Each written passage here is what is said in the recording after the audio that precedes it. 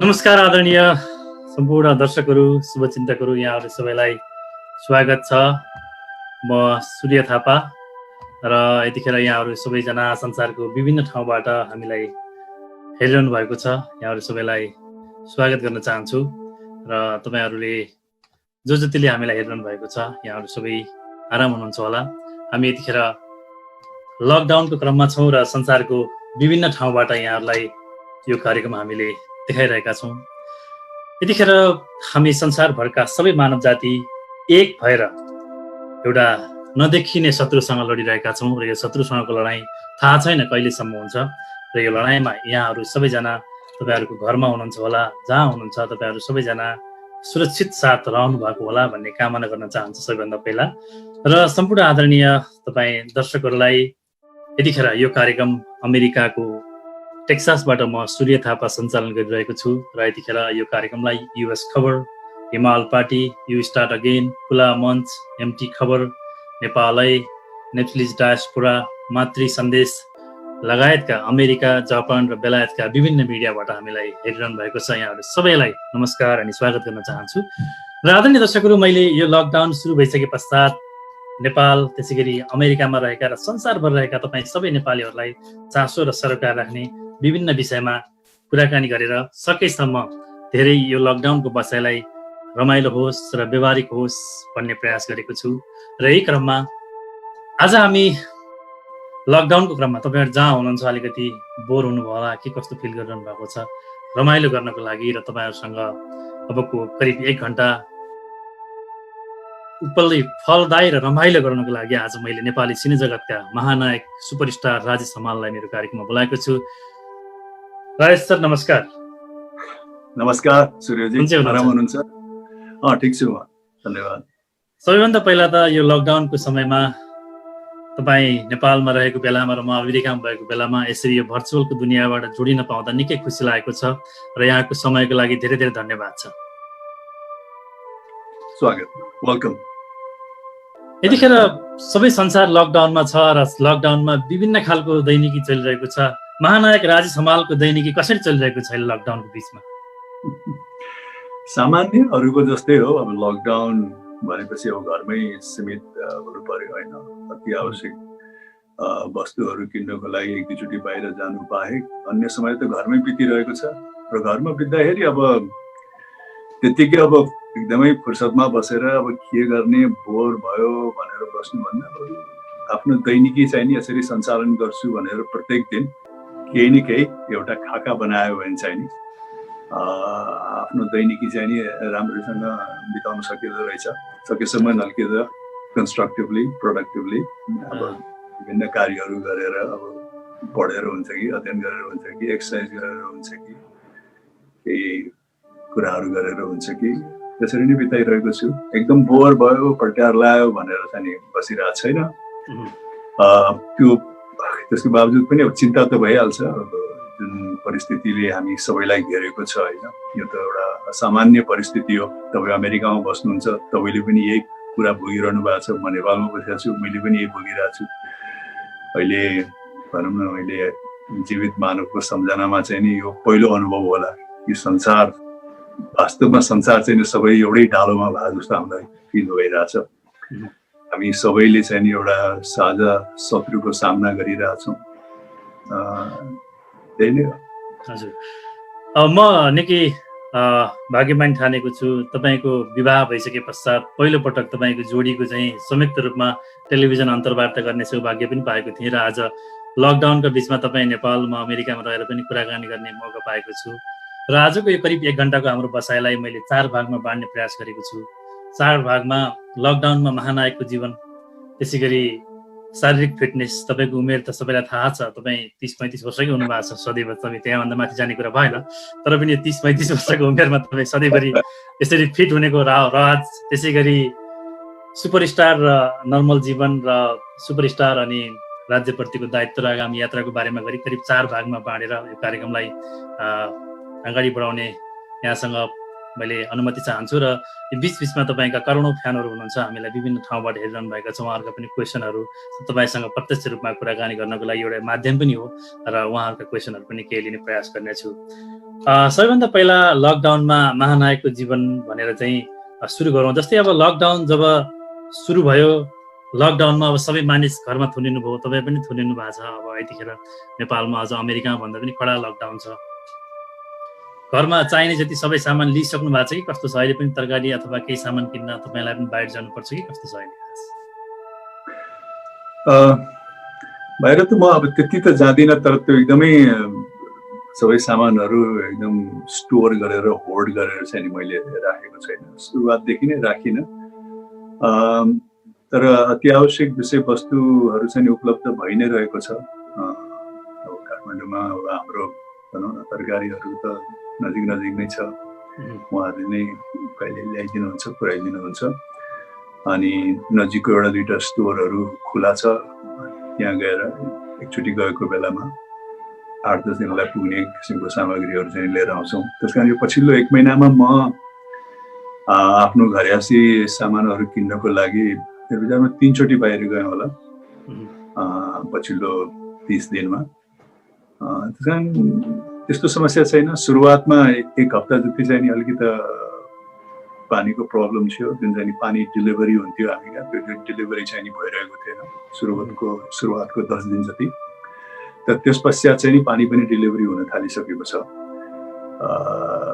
Gas पनि delivery भयो। त्यस कारण त्यो कुराहरू चाहिँ डेलिभरी भएकै छ। अघि मैले भने जस्तो अब नेपालमा त अब हाम्रो तरकारीहरू दैनिकीहरू जुन हामी किन्छौँ नजिक नजिकै पसल हुन्छ र उहाँहरूसँग हामी वर्षौँदेखि किनिरहेछौँ र उहाँहरूले नै ल्याइदिनुहुन्छ।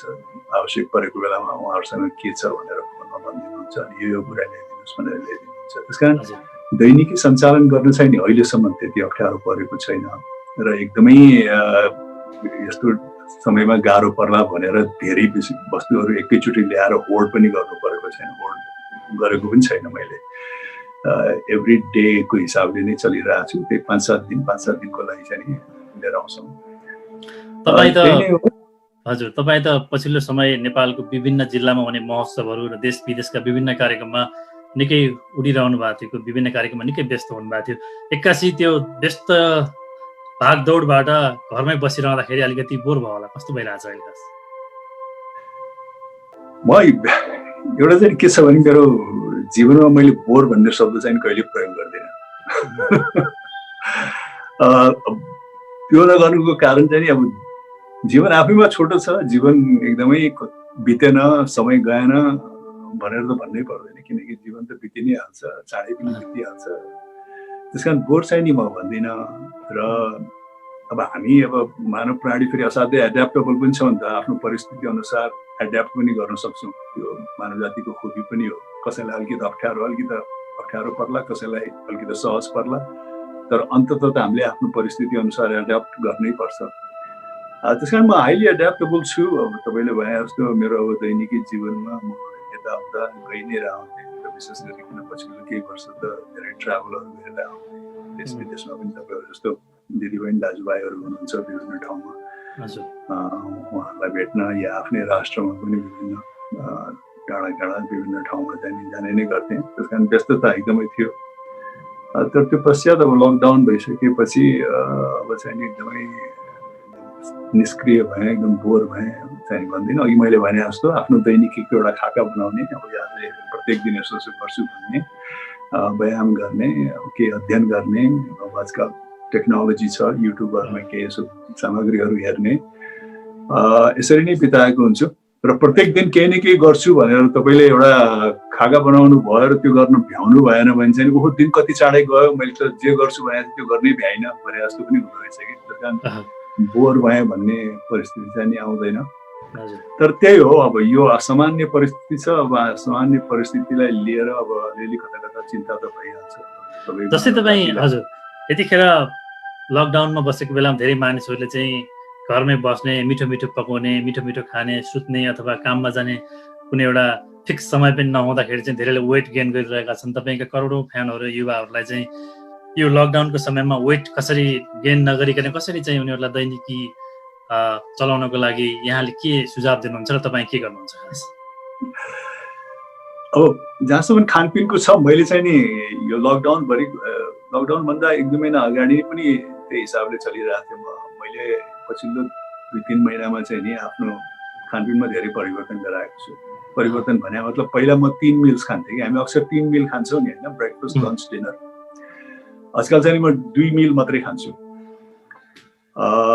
र खाने समय पनि मैले जस्तो हाम्रो 24 घण्टामा हुन्छ, 24 घण्टामा 16 घण्टा नखाने, 8 घण्टा खाने त्यो समय बनाएको छु। त्यसले गर्दाखेरि के हुँदो रहेछ भने तपाईँले खाएको कुरा पनि राम्रोसँग पच्ने र तपाईँलाई राम्रो पनि फिल हुँदो रहेछ। त्यसकारण 16 घण्टाको ग्यापमा म खाँदिनँ, 8 घण्टा खान्छु। त्यो भनेको मतलब तपाईँले अब साँझको खाना 7 बजे खानुभयो भने भोलिपल्ट तपाईँले बिहान 11 बजीतिर खानु पर्यो। भनेपछि तपाईँ 24 घण्टामा 2 भाग नखाने, 1 भाग चाहिँ त्यो 1 भाग बिचमा खाना शरीरलाई चाहिने जति खाएर सुत्नु पर्यो।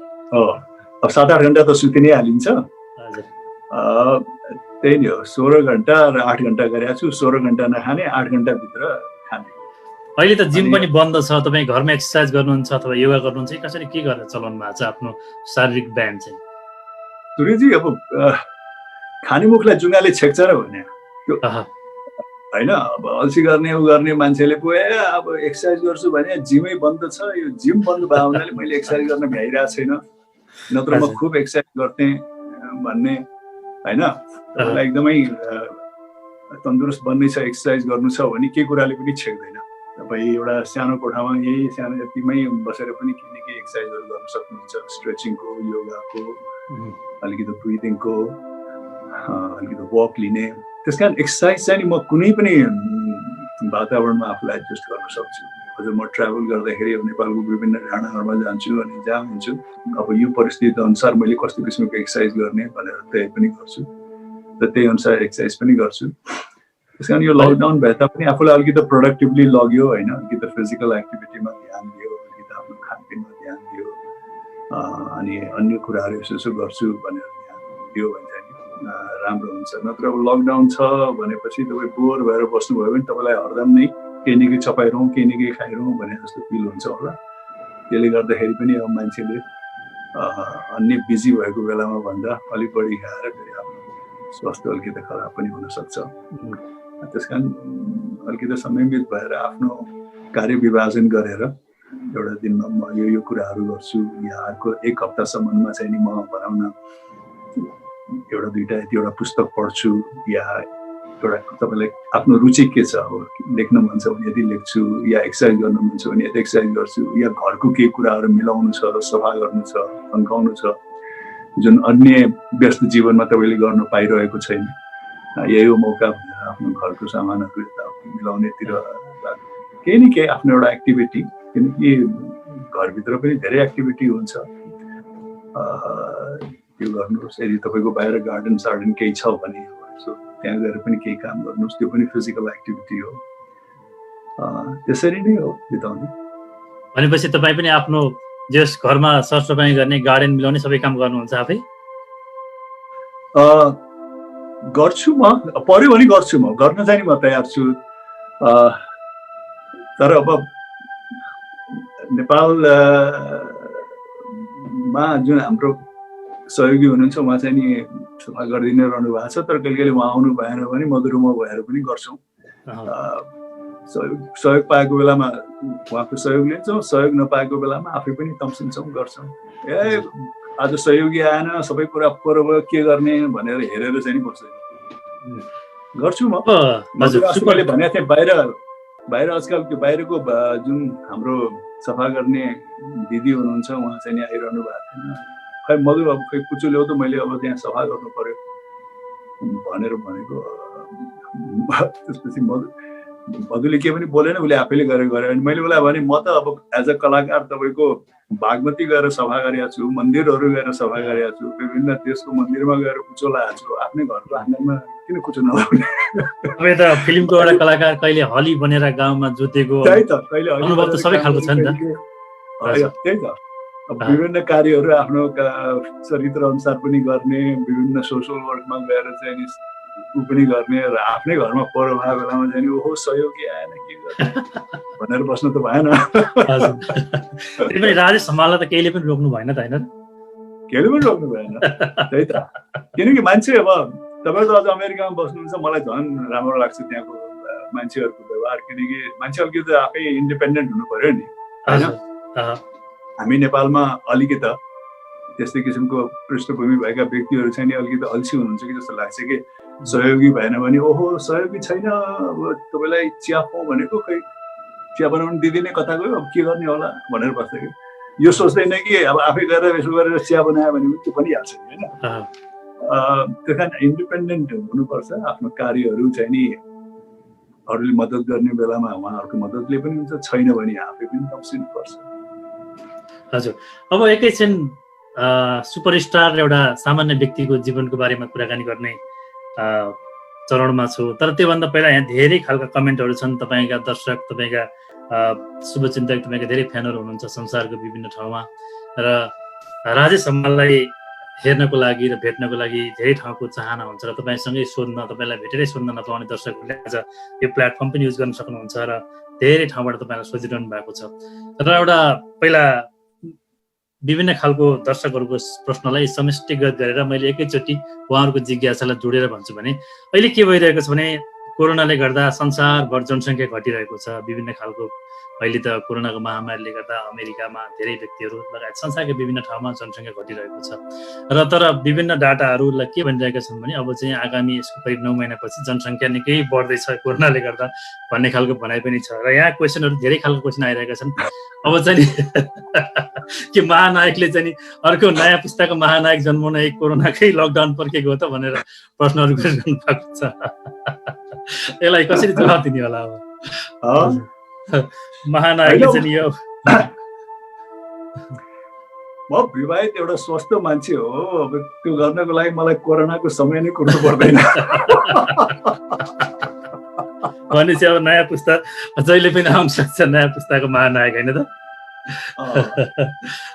कुर्नु पर्दैन। तर अब त्यही हो, अब हुन्छ के भन्ने, अब मेहनत जारी छ। त्यहाँ विभिन्न खालको प्रश्नहरू छन् र त्यो प्रश्नहरूमध्ये मैले उहाँहरूले चाहिँ विभिन्न भाषामा सोध्नुभएको थियो, तर समष्टमा एउटै उहाँहरूको चाहिँ जान्न चाहेको के थियो भने नयाँ पुस्ताको सुपरस्टार चाहिँ कहिले हेर्नु पाउने भनेर अथवा नायक नायिका कहिले हेर्नु पाउने भनेर उहाँहरूको जिज्ञासा थियो र त्यही जिज्ञासा मैले यहाँलाई जोडेर भने र यहाँ धेरै ठाउँबाट हामीले हेरिरहेका छौँ भनिरहनु भएको छ। संसारको विभिन्न देशबाट उहाँहरूले हेरिरहनु भएको छ र तपाईँसँग फेरि एकैछिन अब सुपरस्टार र सादा जीवन अथवा नर्मल मानिस र एउटा महानायकको जीवनको बारेमा कुराकानी गरौँ। धेरै मानिसलाई के लाग्छ भने राजेश हमाल आफै तरकारी किन्न अथवा आफ्नो लागि आफै कपडा किन्न जानुहुन्छ होला कि नै भनेर सोध्नुहुन्छ। तपाईँ आफ्नो लागि आफै कपडा किन्न काठमाडौँका मलहरूमा, तपाईँ हामी अमेरिकामा त कहिलेकाहीँ हिँडेको अनुभव पनि छ, सँगै हिँडेको र अमेरिकाको विभिन्न राज्यमा तपाईँ हामी सँगै हिँड्दाखेरि त्यो अनुभव पनि छ, किनकि यहाँ त फरक छ माहौल। मलाई याद छ हामी एटलान्टाको एउटा 50 तला माथि बसेर खाना खाइरहेका थियौँ करिब 5-7 वर्ष पहिला र त्यो सँगै बसेका धेरै कलाकारहरू थियौँ, अरू पनि कलाकार हुनुहुन्थ्यो, म पनि साइडमा थिएँ र सबैभन्दा बढी तपाईँ माथि त्यहाँ वेटर्सहरूको नजर परेको थियो अनि हामी एकछिन मजाक पनि गरेका थियौँ। अब विदेशमा त त्यस्तो हुन्छ भने तपाईँ नेपालको त सुपरस्टार हुनुहुन्छ, तपाईँ आफै कपडा किन्न जानुहुन्छ होला कि नै भन्ने धेरै जिज्ञासा छ। तपाईँ के गर्नुहुन्छ, आफ्नो कपडा नेपालमा आफै किन्न हिँड्नुहुन्छ? यसको जवाब दिनुभन्दा अगाडि म तपाईँलाई मेरो एउटा व्यक्तिगत चरित्र बताइदिउँ है। मेरो जीवनमा मलाई एकदम मन नपर्ने भनेको 2टा कुरा।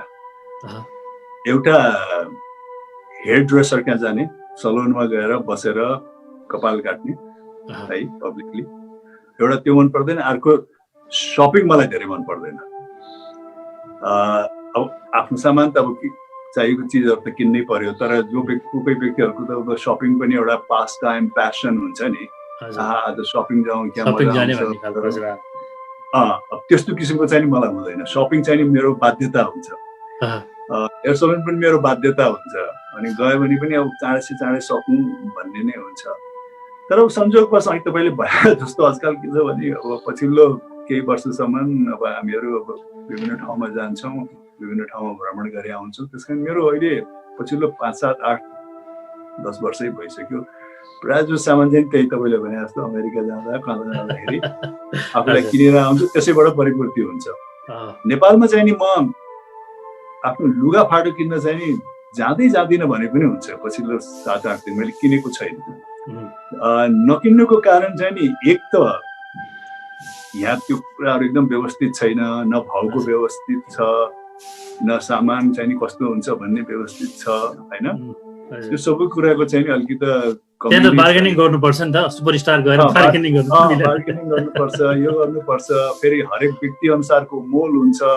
अनि अझ विभिन्न माध्यममा सुनिरहेको हुन्छ, फलानाले दुकानले यस्तो गर्यो, उसले यस्तो गर्यो, यो क्वालिटी छैन भन्ने। त्योभन्दा बरु विदेश गइ नै रहेको हुन्छ। त्यो गइरहेको बेलामा चाहिँ नि आफूलाई जस्तो चाहिने कुराहरू चाहिँ नि फटफट टिपिहाल्छु म।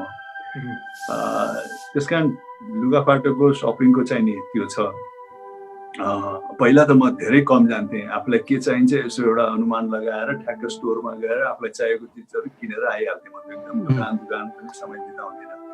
तर विवाह पश्चात मधुसँग चाहिँ नि अलिकति बढ्यो। अब मधु उहाँलाई त किन्नु पर्यो अभियसली, उसलाई किन्नु पर्यो। त्यस कारण उसँग विदेश जाँदाखेरि पनि म एक्लै विदेश जाने भन्दा पनि उसँग विदेश जाँदा चाहिँ बढ्ता दुकानहरूमा गइरहेको हुन्छु। नेपाल गएर किन्न नपुरोस् भनेर टन्न। तपाईँले हाम्रो पहिलोचोटि इन्टरभ्यू लिनु भएको थियो नि, हामी मधुरमा पहिलोचोटि अमेरिका आउँदाखेरि हो। सायद त्यो बेलामा पहिलाचोटि म अमेरिकामा चाहिँ नि कस्मेटिक दुकानमा छिर्या होला। जबकि त्योभन्दा अगाडि म धेरैचोटि अमेरिका गइसकेका थिएँ। त्यतिकैचोटि अमेरिका जाँदा पनि कस्मेटिक दुकानमा कहिले छिर्या रहन्छु म। कस्मेटिकमा त निकै टाइम लाग्छ नि, तपाईँलाई थाहा छ नि, पहिला टेस्ट गर्नु पर्यो स्किन अनुसार।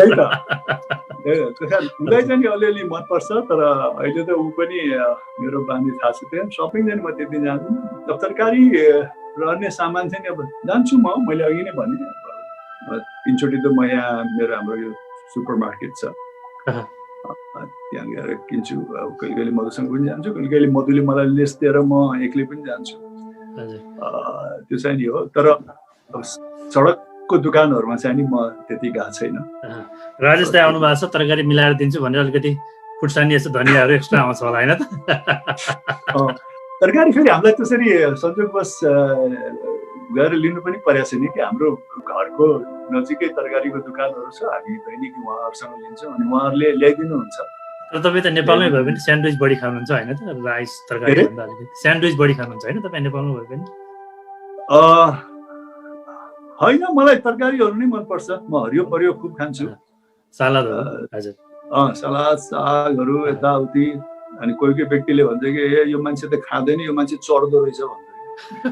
अनि खाने भन्दा पनि चर्ने काम गर्छु म।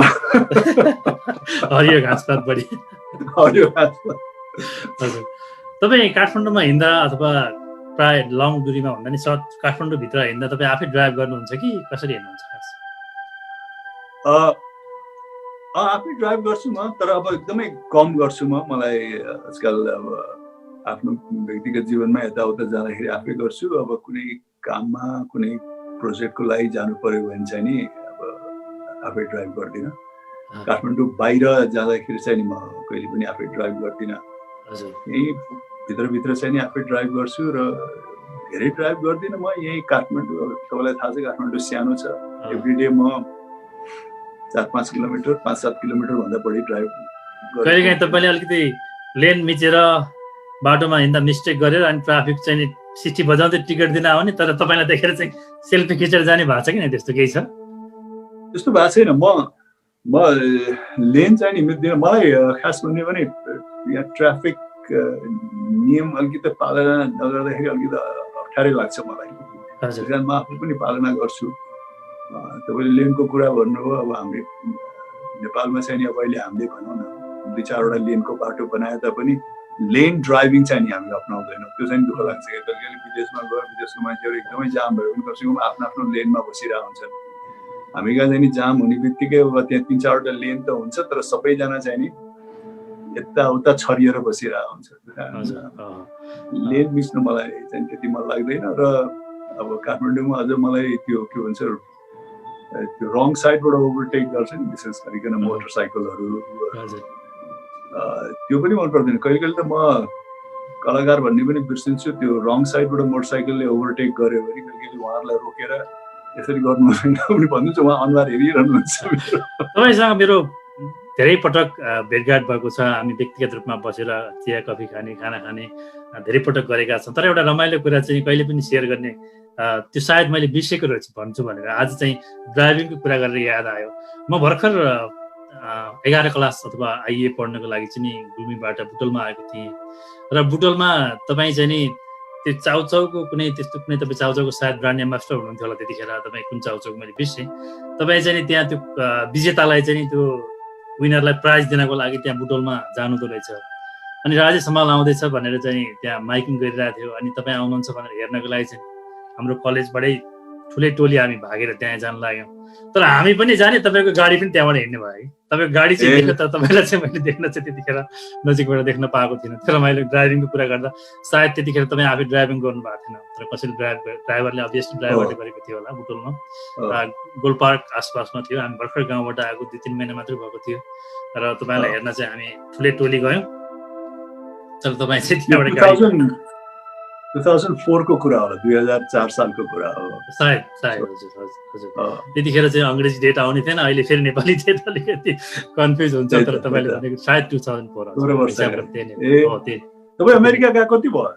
म आएको त 2010 मा। हजुर 2010। त्यही त। हजुर अनि यहाँ धेरै खालको प्रश्नहरू छन् र धेरै खालको प्रश्नहरू मध्ये केही दर्शक हाम्रो शुभचिन्तकहरूले यहाँ धेरै कमेन्ट गरिरहनु भएको छ। उहाँको केही नाम लिन चाहन्छु। छविलाल सुवेदीजीले भन्दै हुनुहुन्छ नमन छ महानायकजी भन्नुहुन्छ, उहाँलाई तपाईँ र मेरो तर्फबाट आयो भनौँ। त्यसै गरी सनम राईले राजेश दाईले अब फिल्मबाट सन्यास लिएको भन्नुहुन्छ। एकछिनपछि उहाँको जवाब एकछिनपछि दिउँला। ग्रेट जब भन्नुभएको छ, उहाँहरूको जवाब एकछिनमा दिउँला। छविलाल सुवेदीजीले हाम्रो राजेश सर साँच्चीकै नेपालको लागि वास्तविक महानायक हुनुहुन्छ, उच्च सम्मान छ भन्नुहुन्छ, उहाँलाई पनि धन्यवाद छ। अलवेज बेस्ट राजेश सर भन्नुभएको छ विष्णु राईजीले। त्यसै गरी गुड मर्निङ भन्नुहुन्छ किशन सिंह बराल थापाजीले र सजहा गुरुङजीले सहज गुरुङजीले सर मेरो वाइफ चाहिँ तपाईँको ठुलो फ्यान हो, एकपटक उहाँलाई चाहिँ हाई भनिदिनु प्लिज भन्नुभएको छ। एकपटक सहज गुरुङजीको वाइफलाई चाहिँ हाई भनिदिनु पर्यो हजुरले। हजुर त्यसै गरी हजुर प्रकाश अधिकारीजीले राजेश दाईको एउटा लास्ट फिल्म हेर्ने एकदम ठुलो इच्छा छ, पुरा होला, सूर्य सर प्रश्न राखिदिनु होला भन्नुभएको छ प्रकाश अधिकारीजीले। उहाँ टेक्सासबाटै हुनुहुन्छ। त्यो उहाँको पनि हामी एकछिनमा कुराकानी गर्नेछौँ फिल्मको बारेमा। एक्सन कमाल छ राजेश सरको भन्नुभएको छ हाम्रो फणेन्द्र राज सापकोटाजीले। त्यसै गरी गोपाल काफ्लेजीले नाइस सी राजेश सर भन्नुभएको छ। र धेरै सहज गुरुङजीले चाहिँ नि मेरो फेरि पनि उहाँले चाहिँ मेरो वाइफलाई हाई भन्नुभएको थियो, हामीले भनिसकेका छौँ। र गोपाल काफ्लेजीले राजेश दाईको एक्सन मुभी चाहिन्छ भन्नुभएको छ। र धेरै दर्शकहरूले विभिन्न खालका तपाईँलाई जिज्ञासा राख्नु भएको छ। सपन कुमार अन्जिलजीले सिङ्कीको झोलमा टमाटरको कमाल, तिमी जलसा म राजेश हमाल सुनाइदिनुहोस् न भन्नुभएको छ। हजुर नमस्कार भन्ने चाहिँ नि हाम्रो सुदीप अधिकारीजी, सावित्री तिवारीजी लगायत धेरैजना दर्शकहरूले चाहिँ विभिन्न ठाउँबाट भन्नुभएको छ। चिरञ्जीवीजीले हजुर भविष्यको योजना के भन्नुभएको छ। धेरै दर्शकहरूले हामीलाई हेरिरहनु भएको छ र उहाँहरूले चाहिँ विभिन्न खालका जिज्ञासाहरू सोधिरहनु भएको छ। हामी क्रमशः लिँदै जानेछौँ र उहाँहरूसँग पनि एउटा प्रत्यक्ष कुराकानी गर्ने। हामी विभिन्न ठाउँमा अमेरिकामा पनि हिँड्दाखेरि हामी विभिन्न स्टेटमा जान्छौँ र हामी विभिन्न ठाउँमा साङ्गीतिक कार्यक्रम पनि तपाईँ रातो टिका निधारमा नाच्ने, मैले होस्ट गर्ने, हाम्रो विभिन्न ठाउँका त्यो अनुभवहरू छ, रमाइलो अनुभव छ। सामान्यतया तपाईँ चाहिँ जति पनि तपाईँका शुभचिन्तकहरू आएर सेल्फी खिच्नुहोस्, फोटो खिच्नुहोस्, तपाईँ कहिले पनि झर्को नमान्ने र तपाईँ सदैव उहाँहरूसँग आरामले कुराकानी गर्ने, सकेसम्म टाइम दिने कलाकारमा पर्नुहुन्छ। त्यसैले त तपाईँ महान हुनुहुन्छ होइन त। अब सुपरस्टार र सादा जीवनका अथवा एउटा नर्मल मानिसको बिचका अन्तरका हामी कुराकानी गरिरहेका छौँ। र एउटा धेरै दर्शकहरूको चाहिँ जिज्ञासा के छ भने तपाईँ एउटा नेपालको सुपरस्टार हुनुहुन्छ, महानायक हुनुहुन्छ र यतिखेर देशभर र संसारभर रहेका नेपालीहरू चाहिँ कोरोनासँग लडिरहेको अवस्थामा अहिले कतिपय अब हाम्रो दाजुभाइहरू नेपालबाट काम गर्नको लागि खाडीका विभिन्न मुलुकमा पुग्नु भएको छ। उहाँहरू चाहिँ त्यहाँ कम्पनीबाट घर फर्कनु पर्ने तर नेपाल फर्कन नसकेको अवस्था, त्यसै गरी तपाईँ हामीलाई थाहै छ इन्डियाबाट बोर्डरमा आएको अवस्था र संसारको विभिन्न ठाउँमा युवाहरूले चाहिँ अलिकति विद्यार्थीहरूले पढ्न गएको विद्यार्थीहरूले दुःख पाइरहेको अवस्था छ। यी सबै हेर्दा धेरै युवाहरू चाहिँ फ्रस्ट्रेसनमा हुनुहुन्छ जस्तो लाग्छ र यो कोरोना कहिले जान्छ भन्ने पनि छैन। र तपाईँको युवाहरूलाई, युवा शुभचिन्तक फ्यानहरूलाई के भन्न चाहनुहुन्छ? कसरी यो लकडाउनको यो टेन्सनबाट कसरी मुक्त हुने होला? अब सर्वप्रथम त जुन परिस्थितिबाट हामी अहिले गुज्रिरहेछौँ त्यो असाध्यै असामान्य परिस्थिति हो। अझ असामान्य म किन भन्छु भने यो परिस्थिति अहिले जुन बेला हामीले सामना गऱ्यौँ त्यो बेलामा के देखियो भने संसार चाहिँ नि यसको लागि प्रिपेयर्ड भएकै रहन्छ होइन। हाम्रो जस्तो राष्ट्र मात्रै होइन कि अब विकसित राष्ट्रहरू पनि अब अहिले हामी देखिरहेछौँ। उहाँहरू आफैमा पनि यसको चाहिँ नि केही प्रिपेयर्डनेस रहेनछ। जबकि विभिन्न एक्सपर्ट्सहरूले, विभिन्न ज्ञाताहरूले चाहिँ नि 8-10 वर्ष अगाडि, 10-15 वर्ष अगाडि वार्न नगरेको होइन। विभिन्न यस विषयमा लागेका व्यक्तिहरूले चाहिँ यस्तो किसिमको परिस्थिति आउन सक्छ भनेर चेतावनी दिएको थियो। तर त्यो चाहिँ नि विश्वका भनौँ न इभन पावरफुल राष्ट्रहरूले, शक्तिशाली राष्ट्रहरूले पनि सायद एक कानबाट सुने अर्को कानबाट उडाइदिए। यसको लागि चाहिँ नि खासै पूर्व तयारीहरू चाहिँ नि यो संसार नै देखिएन। त्यसमा अब हाम्रो राष्ट्र त अब झनै यसको लागि तयार हुँदै थिएन। अझ सुरुवातमा त हामी खालि यो भनेर मात्रै चाहिँ नि पन्छिन खोजिरहेको थियौँ कि हामी कहाँ चाहिँ नि आइरहेको छैन है, अब चाइनामा हामी कहाँ छैन, हामी सेफ छौँ, हाम्रो देश चाहिँ राष्ट्र सेफ छ भनेर विभिन्न निकायको व्यक्तिहरूले पनि भन्नुभएको थियो। त्यस कारण यो असाध्यै असामान्य परिस्थिति हो जसको चाहिँ नि हामीले अलमोस्ट जिरो प्रिपेयर्डनेस थियो। त्यसैले यसले ल्याएको यो प्रतिकूल वातावरणलाई चाहिँ नि सम्हाल्न अत्यन्त नै गाह्रो भइरहेको छ। शक्तिशाली राष्ट्रहरूलाई पनि गाह्रो भइरहेको छ। अब हाम्रो जस्तो राष्ट्रलाई त झनै गाह्रो भइरहेको छ। एकातिर बाहिर बसेको व्यक्तिहरूलाई सबैलाई चाहिँ एकदमै फ्रीली आउनु दिउँ, फेरि राष्ट्रमा समस्या होला भन्ने पनि डर। राष्ट्रमा समस्या भयो भने फेरि त्यसलाई धान्न नसक्ने भन्ने पनि डर। अब त त्यो हुँदाहुँदै पनि अहिलेको यो परिस्थितिमा चाहिँ नि बिस्तारै बिस्तारै प्राथमिकतामा चाहिँ नि विशेष गरिकन बाहिर अध्ययन गरेका स्टुडेन्ट्सहरू जो हुनुहुन्छ, बाहिर बिचल्लीमा परेका नेपालीहरू जो विभिन्न राष्ट्रमा गएर काम गरिरहनु भएको छ, उहाँहरू असाध्यै बिचल्लीमा परेको छ भनी चाहिँ नि सरकारले र राष्ट्रले चाहिँ नि त्यसलाई प्राथमिकतामा राख्नुपर्छ कि आफ्नो नागरिकहरूलाई कसरी यहाँ ल्याउन सकिन्छ र यहाँ ल्याइसकेपछि बरु कसरी उहाँहरूको चाहिँ नि व्यवस्थापन गर्न सकिन्छ, क्वारेन्टिनमा राखेर होस् या के गरेर होस्। किनकि अब अन्य राष्ट्रहरूले पनि, ठुला राष्ट्रहरूले पनि, ठुला मात्रै होइन, अब भुटानले पनि गर्यो। अस्ति 2-4 भुटानको व्यक्तिहरू यहाँ अड्किनु भइरहेको रहेछ।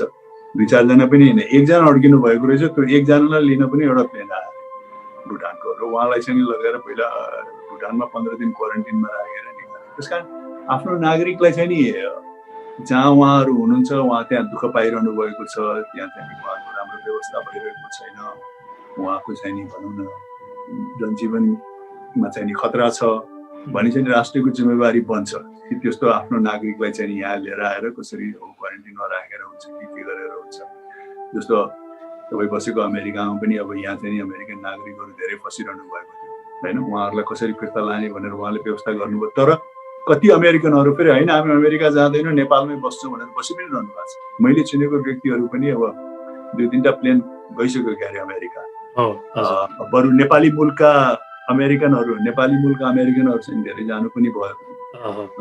तर अमेरिकनहरू नै 5-6जना त मैले चिनेको छु जसले चाहिँ नि अमेरिका जानु र नेपालमै बस्नुलाई अप्ठ्यारो गर्नुभयो।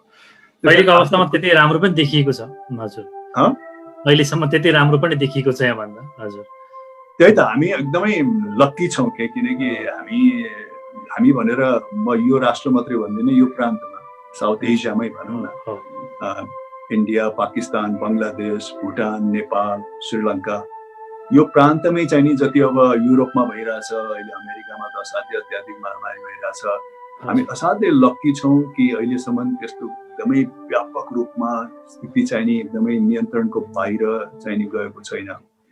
किनकि अमेरिकामा भएको जस्तो आधा परिस्थिति पनि यो प्रान्तमा हुने हो भने चाहिँ नि असाध्यै भनौँ न भय हुन्छ समय के अरे समस्या चाहिँ नि।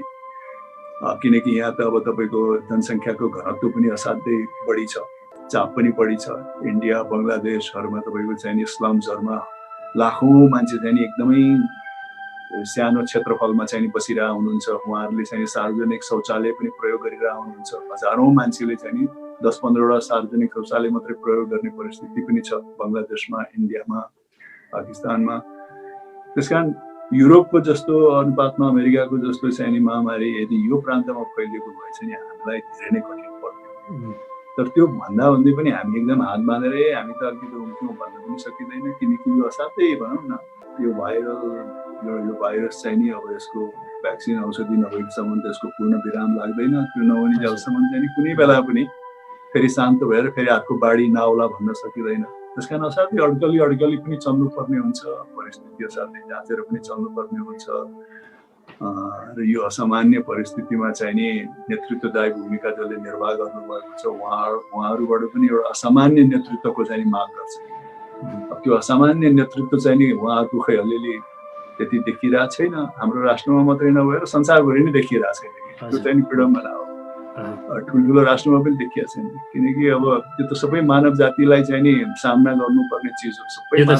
सामूहिक समस्या भइरहेको छ, सबै देशको एउटै सबै मानव जातिलाई असर परिरहेको छ। त्यस कारण विभिन्न ठुला राष्ट्रहरूले पनि अमेरिकाले, चाइनाले आफ्नो मतभेदहरू जुन आफ्नो अन्य राजनीतिक आर्थिक गतिविधि छ त्यसलाई थातीमा राखेर यो साझा दुश्मनको अगाडि चाहिँ हामी सबै कसरी एकजुट हुन सक्छौँ, कसरी एक आपसमा सरसल्लाह गर्न सक्छौँ, एक आपसको चाहिँ नि एक्सपर्टिजहरू कसरी चाहिँ नि साटासाट गर्न सक्छौँ भनेर एउटै टेबलमा बस्नुपर्ने हो। तर त्यसको सट्टा चाहिँ विभिन्न औँला ठडाइरहेको छन् व्यक्तिहरूले, एक आपसलाई दोष दिइरहेछन्। तपाईँले जस्तै नेतृत्वको कुराकानी गरिरहनु भएको छ। अब तपाईँको चाहिँ नि एउटा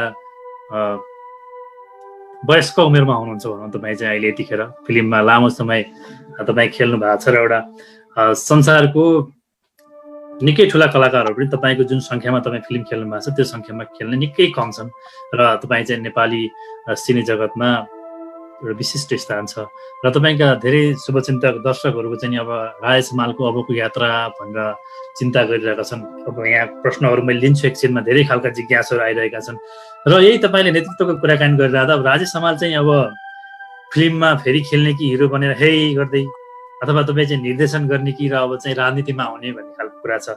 तपाईँ अब राजनीतिमा राजेश हमाल चाहिँ जसरी फिल्मको नायकमा तपाईँ चाहिँ एउटा महानायक हुनुहुन्छ, त्यसै गरी राजेश हमाल पनि नेपाली पोलिटिक्समा आओस् भन्ने तपाईँका धेरै दर्शक शुभचिन्तक फ्यानहरूको पनि चाहना छ र तपाईँले पनि केही समय अगाडिको इन्टरभ्यूहरूमा हाम्रो कुराकानीमा पनि तपाईँले चाहिँ त्यो सम्भावना पनि छ भन्ने खालको कुरा पनि गर्नुभएको थियो। र तपाईँ के छ अब राजनीतिमा यो अहिले कोरोना रहेको बेलामा यसको बारेमा अध्ययन गर्दै हुनुहुन्छ कि कसरी राजनीति आउने प्लान छ कि डाइरेक्सन गर्ने प्लान चाहिँ के कसरी हेरिरहनु भएको छ? होइन, अब राजनीतिमा चासो त भइ नै हाल्छ नि अहिले, किनकि राजनीतिक गतिविधिले नै हामी सबैको चाहिँ जीवनलाई निर्धारित गर्छ। हामी जुनसुकै क्षेत्रमा पनि अब राजनीति राम्रोसँग चलिरहेको छैन भने त सबैलाई प्रभाव पार्छ। अब त्यो हिसाबले राजनीतिमा चासो चाहिँ दिन्छु, राजनीतिक गतिविधिमा के भइरहेछ भनेर। तर एकदमै राजनीतिमा अहिले नै हम्फाल्न भन्ने चाहिँ छैन। अहिले चाहिँ अब आफूलाई कलाकारै म भन्न रुचाउँछु र अब दर्शकहरूको चाहना छ भने चाहिँ मेरो चाहिँ अझ प्यास चाहिँ मेटिसकेका छैन कलाकारिताबाट, किनकि अब अहिले अब एक हिसाबले नयाँ परिस्थिति बनेको छ, नयाँ टेक्नोलोजीहरू पनि आइरहेको छ, विभिन्न विषयवस्तुमा पनि चलचित्रहरू बनाउने चाहिँ वातावरण बनेको छ। त्यस्तै किसिमको चलचित्रहरू एउटा समसामयिक विषयलाई लिएर अहिलेको परिस्थिति, अहिलेको समाज, पहिला भन्दा व्यवसाय पनि निकै राम्रो गरिरहेको छ चलचित्रले, तर यो कोरोनाले के गर्छ भन्ने अन्यल त छ डेफिनेटली। व्यवसाय त पहिला पनि हाम्रो व्यवसाय नराम्रो होइन, मान्छेलाई अलिअलि त्यो चाहिँ भ्रम गरिसक्यो। आजकल चाहिँ नि अब मिडियाहरू धेरै छ र विभिन्न किसिमको चाहिँ कुराहरू बाहिर आउँछ। नत्र पहिला हामीले गर्दाखेरि त तपाईँले हेर्नुहोस् न, हाम्रो त पहिला चलचित्रहरूमा त लाठी चार्ज, भिड, एकदमै टिकट लिन गाह्रो, यस्तो परिस्थिति हुन्थ्यो। त्यतिखेर यो खालको सोसल मिडिया त्यस्तो हुने थिएन, त्यस कारण मास फलोइङ चाहिँ नि अत्याधिक थियो पहिला। अब अहिले चाहिँ नि अब यो विभिन्न मल्टिप्लेक्सहरूमा लाग्छ अनि त्यसले गर्दाखेरि अब राम्रो चलचित्रहरूलाई अलिकति मुनाफा पनि गरिरहेको हुन्छ, तर धेरै चलचित्रहरू घाटामा पनि छ। पहिला चाहिँ गइरहेको हुन्छ। मलाई त कलाकारिता गर्ने नै छ, तर अब कलाकारिता भने अत्यन्त तान्त्रिक क्षेत्र हो यो। लोकले सबैको साझा हुने खालको हुन्छ होइन, लोकले चाह्यो भने आफूले कला पस्किन सकिन्छ, लोकले चाहेन भने आफ्नो कला पस्केर केही काम हुँदैन। हजुर त्यस कारण यदि दर्शकहरूले चाहिरहनु भएको छ भने चाहिँ नि मेरो प्यास चाहिँ नि भेटेको छैन। मलाई कुनै न कुनै एउटा नयाँ परिस्थितिमा नयाँ ढङ्गबाट तपाईँ अझै खेल्ने कि निर्देशन गर्ने? एकपटक निर्देशनतिर पनि आउने भन्नुभएको थियो। मैले पनि कपाल पाल्न सुरु गरेँ, कपाल पनि निकै लामो भइसक्यो। तपाईँको निर्देशन तत्काल आउला जस्तो छैन। अब कपाल काट्ने कि अब तपाईँ निर्देशनतिर नलाग्ने के छ खास? होइन, निर्देशन मलाई गर्न इन्ट्रेस्ट चाहिँ नि छ, म गर्छु पनि होला, किनकि सबै कलाकारले निर्देशन गर्नुपर्छ भन्ने छैन। तर निर्देशक मलाई इन्ट्रेस्ट छ। म अहिले पनि एउटा मोटामोटी लकडाउनमा एउटा कथामा पनि वर्कआउट गरिरहेको छु। अब यो परिस्थितिबाट उम्केपछि अब कस्तो वातावरण बन्छ तर त्यो सबै पार्टमा मलाई इन्ट्रेस्ट छ। कलाकारिताको, एक्टिङमा पनि इन्ट्रेस्ट छ, डाइरेक्सनमा पनि इन्ट्रेस्ट छ। अब अहिले एउटा कथाको खाका पनि बनाइरहेको छु। हजुर, के लाग्छ यहाँलाई अब यसो यो अहिलेको माहौल हेर्दा, संसारभरको यो अवस्था हेर्दा, फेरि सयौं दर्शकहरू त्यसरी हलमा गएर खचाखच हेर्ने, अनि तपाईँको चाहिँ तपाईँ स्टेजमा नाच्ने, मैले होस्ट गर्ने र सयौं दर्शकहरू चाहिँ भिडभाड हुने देश विदेशमा, त्यो अवस्था तत्काल आउला जस्तो देखिँदैन? निकै चिन्तित अवस्था पनि छ नि एउटा कलाकारको हिसाबमा हेर्दा। तपाईँ अग्रणी एउटा कलाकारको रूपमा हेर्दाखेरि चाहिँ सजिलै जुन एउटा स्टेज कार्यक्रमबाटै जीविकोपार्जन गर्ने खालका विभिन्न कलाकार पनि हुनुहुन्छ, विभिन्न गायकहरू, गायिकाहरू, नृत्याङ्गनाहरू, नायिकाहरू हुनुहुन्छ। यो कस्तो लाग्छ तपाईँलाई? तत्काल त त्यस्तो आउला जस्तो लाग्दैन? अहिलेको परिस्थिति असाध्यै भनौँ न, हामी एउटा ऐतिहासिक परिस्थितिबाट गुज्रिरहेको छौँ। यो हामीभन्दा धेरै पछिका पुस्ताहरूले पनि यो कालखण्डलाई चाहिँ नि एउटा जटिल फेजको हिसाबमा चाहिँ नि सायद उहाँहरूले अध्ययन गर्नु होला। अब त्यसमा चाहिँ नि हामी अहिले जिरहेका छौँ र यो भाइरल अब अरू अन्य कुरा जस्तो पनि होइन। अब हामीले अहिले भर्खर भूकम्पको प्रयोग गर्यौँ, के अरे अनुभव गऱ्यौँ 4-5 वर्ष अगाडि, या अन्य किसिमको चाहिँ नि भनौँ न हामीहरू के अरे सत्ता परिवर्तन हुँदाखेरि आन्दोलनहरू, क्रान्तिहरू 15 दिन भयो, 20 दिन बन्द भयो भन्यो। ल आज 20 दिन बन्द भएर अब भोलिबाट चाहिँ खोल्ने भयो भन्ने बित्तिकै भोलिबाट सामान्य हुन्थ्यो। भुइँचालो पनि ल अब गयो, 2-4 दिन मान्छेहरू भए, 1-2 हप्ता भयो, अब बिस्तारै सामान्य भयो भनेपछि त्यस पश्चात फेरि सामान्य भएर आउँथ्यो बिस्तारै। तर यो चाहिँ नि अब भोलि हामीले आज सक्यो, अब भोलिबाट सामान्य भयो भन्ने परिस्थिति यहाँ मात्रै होइन, संसारभरि कहीँ पनि हुँदैन। भोलि यदि यसलाई अलिकति ल अब परिस्थिति अलिकति राम्रो भयो भने पनि बिस्तारै बिस्तारै खुकुलो बनाउँदै आफूलाई संयमित हिसाबबाट सञ्चालन गर्दै लानुपर्ने हुन्छ, जसले गर्दाखेरि हाम्रो सामाजिक व्यवहारहरूमा धेरै परिवर्तन आउँछ, हाम्रो हुलमिलमा धेरै परिवर्तन आउँछ केही समयको लागि। त्यसको लागि चाहिँ हामी तयार हुनुपर्छ। यो परिस्थितिले त्यही नै निम्ताएको छ। जबसम्म भ्याक्सिन र औषधि त्यो पनि तपाईँको चाहिँ नि वर्ल्डको 7 बिलियन मान्छेको चाहिँ नि पहुँचमा आउनु पर्यो, तब मात्रै हामी ढुक्कका साथ भन्छौँ कि ल यो चाहिँ नि निर्मूल भयो भनेर। त्यो नहुने जेलसम्म त हामीले अब भोलि ल अब अहिले परिस्थिति अलिकति राम्रो भएको छ, अब अलिअलि आफ्नो चाहिँ नि आर्थिक व्यवस्था, आर्थिक गतिविधिहरू अब अगाडि बढाउँ भन्यो भने पनि संयमता हिसाब बढाउनु तरिकाबाट बढाउनु पर्ने हुन्छ, बिस्तारै बिस्तारै खोल्नु पर्ने हुन्छ। त्यसकारण हजुर फेरि एकछिन रमाइलो कुराकानी गरौँ। तपाईँ जतिखेर व्यस्त फिल्म सुटिङमा हुनुहुन्थ्यो, तपाईँ चाहिँ एकछिन अगाडि पुलिसको रोल, एकछिन पछाडि फेरि अलि डन टाइपको रोल र विभिन्न टाइपका रोलहरू, कहिले तपाईँ किसानको भूमिका, कहिले लाउरेको भूमिका, विभिन्न खालका रोलमा हुँदाखेरि तपाईँले खेलेका फिल्महरू हेर्दा, हामी कहिलेकाहीँ फिल्म हेर्दा हाम्रो स्कुलतिर पढ्ने बेलामा के हुन्थ्यो भने हामी एकहोरो भएर हिँडेको बेला साथीहरूले चाहिँ राजेश हमाल किक भन्दै ड्याममा झुकिएर त्यो फिल्मको नक्साले चाहिँ हामीले राजेश हमाल किक भन्दै एकअर्कामा हानेको जस्तो अस्ति जस्तो लाग्छ। त्यस्तो मानिस चाहिँ एउटा आम दर्शकलाई त्यस्तो छाप पर्छ भने तपाईँ त फिल्ममा कहिले मान्छे पिट्नुपर्ने, कहिले अन्यायको विरुद्धमा लड्नुपर्ने र फरक फरक कथामा खेलिरहनु पर्ने दिनमा एउटाको कथा अर्को ठाउँमा जाँदा झुक्किने अथवा एउटा सुटिङमा जाँदा अर्कै डायलग बोल्ने, त्यस्तो कतिको कन्फ्युजन हुन्थ्यो तपाईँलाई त्यतिखेर? त्यो चाहिँ अलिकति अफवाह हो कि। अफवाह भने मतलब के भने मैले अब त्यो बेलामा अत्याधिक चलचित्रहरू गर्थेँ, धेरै फिल्महरू गर्थेँ। एउटै दिनमा पनि भनौँ न 3-4वटा चलचित्रको चाहिँ सुटिङ गरेर आउँथेँ। 3-4वटा चलचित्र भनेको मतलब तपाईँले केही नभए पनि 3-4वटा पात्रहरूको चाहिँ निर्वाह गरिरहेको। तर त्यो हुँदाहुँदै पनि अब हेर्ने व्यक्तिहरूलाई लाग्थ्यो कि यो मान्छे एकदमै मसिन जस्तो काम गरिरहेछ, कहिले यो चलचित्रको सेटमा गएको छ, कहिले त्यो गएको छ। अब हाम्रै क्षेत्रको व्यक्तिहरूले पनि यसले कसरी गरिरहेछ कहिले भनेर भन्नुहुन्थ्यो। तर कलाकारको दृष्टिकोणबाट चाहिँ के हुँदो रहेछ भने कलाकारले जब कलाकारिता गर्छ उसले त्यत्तिकै आफ्नो कामलाई चाहिँ नि झटारो टार्नुको लागि चाहिँ कलाकारले कहिले पनि गर्दैन। त्यो गर्यो भने कलाकारबाट चाहिँ न्याय हुनै सक्दैन। कलाकारले कुनै पनि पात्र जसोसुकै पात्र गरे पनि कहीँ न कहीँ त्यहाँ आफ्नो एउटा अंश उसले छोडेकै हुन्छ, त्यसबाट उसले एउटा केही न केही आत्मसात गरेकै हुन्छ। त्यस कारण कलाकारको चाहिँ त्यो हुनै पर्छ। कलाकार यो होइन कि यो मान्छे कलाकार हो, यसले त जस्तो पनि एक्टिङ गरिदिन्छ, ऊ त्यहाँ गरेर यो गरिदियो भने त्यो गरिदिन्छ, उता गऱ्यो भने अर्को गरिदिन्छ भन्ने मात्रै हुँदैन। कलाकारले हरेक पात्र गर्दाखेरि कहीँ न कहीँ आफ्नो एउटा अंश छोडेको हुन्छ, त्यसमा केही न केही आफ्नो भावनाहरू केही न केही उसकाहरू लगानी गरेको हुन्छ। र त्यो नगरिन्जेलसम्म तपाईँ चाहिँ पर्दामा देखिँदाखेरि प्रभावकारी हिसाबबाट देखिन सक्नुहुन्छ। दर्शकहरूले थाहै पाउनुहुन्छ कि यो मान्छेले कतिको भनौँ न आत्मादेखि गरेको छ या यो मान्छेले कतिको झटारो टार्न गरेको छ भनेर त उसको कलाकारितामा देखि नै हाल्छ। त्यसकारण आफ्नो दर्शकहरूलाई कन्भिन्सिङ गर्नको लागि उहाँहरूलाई चाहिँ आफ्नो पात्रबाट चाहिँ मैले न्याय गरेँ भन्ने कुराहरू देखाउनको लागि, एउटा वास्तविक भावना देखाउनको लागि कलाकारले हरेक चरित्रमा केही न केही चाहिँ आफ्नो अंश चाहिँ नि गुमाएकै हुन्छ। त्यो त्यत्तिकै उसमा चाहिँ गर्न मिल्दैन। त्यस कारण मैले प्रत्येक कला चरित्र गर्दाखेरि त्यसमा भरपुर न्याय गरेरै गरेको हुन्छु। र चाहे म 3टा गरौँ 4टा चलचित्र गरौँ, हरेक चलचित्र गर्दाखेरि चाहिँ नि यो चलचित्रलाई कसरी राम्रो बनाउने भन्ने नै मेरो हुन्छ। तर अब चलचित्र भनेको तपाईँको फेरि अब सबै राम्रा हुन्छन् भन्ने पनि छैन। अब हामीहरू सबै त्यसमा संलग्न व्यक्तिहरूले चाहँदै पनि भोलि गएर के मिल्दैन के हुँदैन र पर्दामा उत्रिँदाखेरि जस्तो सोचेको त्यस्तो नहुनु पनि सक्छ, त्यो त आफ्नो ठाउँमा छँदैछ। तर त्यो हुँदाहुँदै पनि कलाकार एउटा सच्चा कलाकार हो भने चाहिँ उसले हरेक पात्रमा न्याय चाहिँ नि गर्न खोज्छ।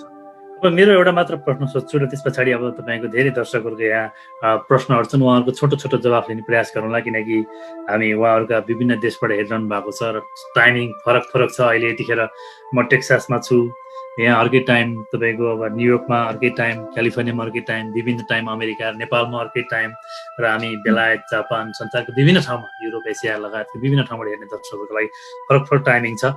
तपाईँले चाहिँ धेरै फिल्म खेल्नुभयो, तर तपाईँको प्राय फिल्ममा कपाल चाहिँ एउटै स्टाइल छ, तपाईँको प्राय कपाल अहिले पनि त्यस्तै छ। यो खास कपालसँग तपाईँको कुनै एउटा त्यस्तो भावनात्मक सम्बन्ध अथवा तपाईँको के त्यस्तो सम्झना, खास कपाल चाहिँ एउटै स्टाइलको कपाल हुनुमा पछाडि खास के कारण छ? एउटा फोटो देखाउँछु प्लिज। आदरणीय दर्शकहरू, तपाईँ यतिखेर संसारको विभिन्न ठाउँबाट हेरिरहनु भएको छ। राम्रै रहेछ कि तपाईँले कपालको कुरा गर्नुभयो अनि मलाई सम्झना आयो। यो मेरो देख्नुहुन्छ? हजुर देखेँ। हजुर तपाईँ राइट यो 16 वर्षको उमेरको यहाँ पनि एकदमै लामो कपाल छ हैन? भनेपछि तपाईँ 16 वर्षबाटै? मेरो कपाल चाहिँ नि तपाईँको 7-8 वर्षबाट मेरो यसरी छ कपाल हैन? कपालको चाहिँ त्यो कुरा छ। र कहिले कहिले म भन्ने गर्छु कि यो कपाल त मेरो आफ्नै नियन्त्रणमा छैन, यसको आफ्नै जीवन छ, मेरो आफ्नै जीवन छ। कपाल आफ्नै बाटोमा गइरहेछ हैन?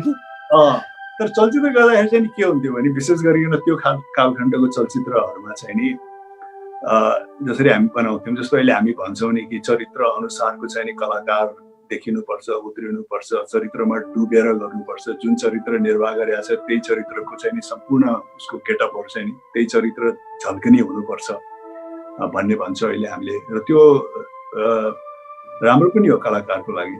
तर त्यो कालखण्डमा के हुन्थ्यो भने मैले जुनै पात्र गरे तापनि, चाहे भरियाको पात्र गरौँ, चाहे पुलिस इन्सपेक्टरको पात्र गरौँ, चाहे कान्छाको पात्र गरौँ, चाहे बहादुरको पात्र गरौँ, चाहे गाउँलेको हलो जोतेको पात्र गरौँ, कहीँ न कहीँ दर्शकले चाहिँ नि त्यहाँ राजेश हमालको हाउभाउ छवि पनि देखिनुपर्छ भन्ने आश चाहिँ गर्नुहुन्छ। तर अचम्म के लाग्छ भने त्यो सायद तपाईँलाई धेरै माया गर्ने भएर पनि होला, म आफै पनि त्यो तपाईँ पुलिस इन्सपेक्टर हुँदाखेरि पनि लामो कपाल हुँदाखेरि पनि तपाईँलाई राम्रै देखिन्थ्यो, त्यो पुलिस इन्सपेक्टर पनि तपाईँ फिट नै देखिन्थ्यो त्यतिखेर।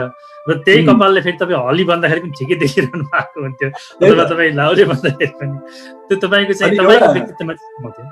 एउटा चलचित्रमा मैले के आर्मीको भूमिका गर्दाखेरि डाइरेक्टर साहबले भन्नुभयो ल अब हामी यसमा अलिकति कपाल काटेर त्यसमा गरौँ न त भनेर मैले कपाल काटेर चाहिँ त्यो भूमिका गरेँ। अनि त्यो चलचित्र हेरेर एकजनाले मलाई फोन गरेर के भन्नुभयो भने राजेश दाई त्यो चलचित्रमा तपाईँको त खै कपालै हल्लिएन यसरी तपाईँ त कपाल काट्नु भएछ।